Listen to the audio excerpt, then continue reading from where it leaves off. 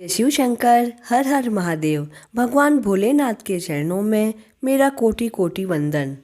दोनों पक्षों की त्रयोदशी तिथि को प्रदोष व्रत किया जाता है।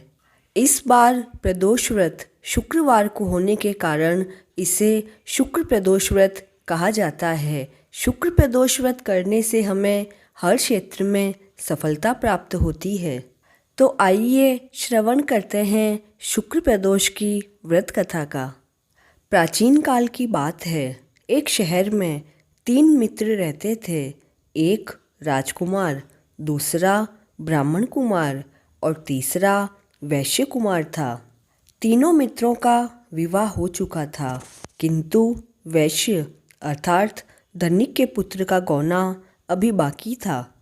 एक दिन तीनों मित्र स्त्रियों के बारे में चर्चा कर रहे थे। तब ब्राह्मण कुमार ने स्त्रियों की प्रशंसा करते हुए कहा कि नारी बिना तो घर भूतों का डेरा होता है।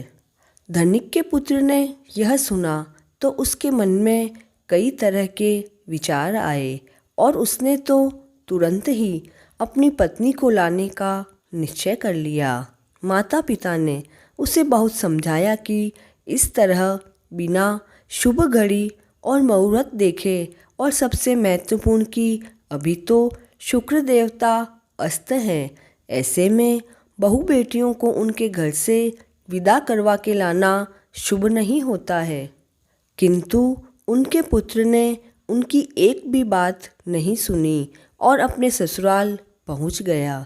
ससुराल में भी उसे रोकने की बहुत कोशिश की गई, किंतु वह धनिक पुत्र तो बहुत जिद्दी था, सो उसने किसी की भी कोई बात नहीं मानी। तब विवश होकर माता पिता ने अपनी पुत्री की विदाई की। ससुराल से विदा होकर पति पत्नी नगर से बाहर आ गए।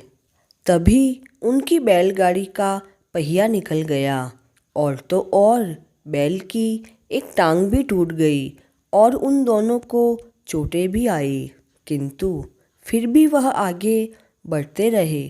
कुछ आगे जाने पर उन्हें डाकू मिल गए।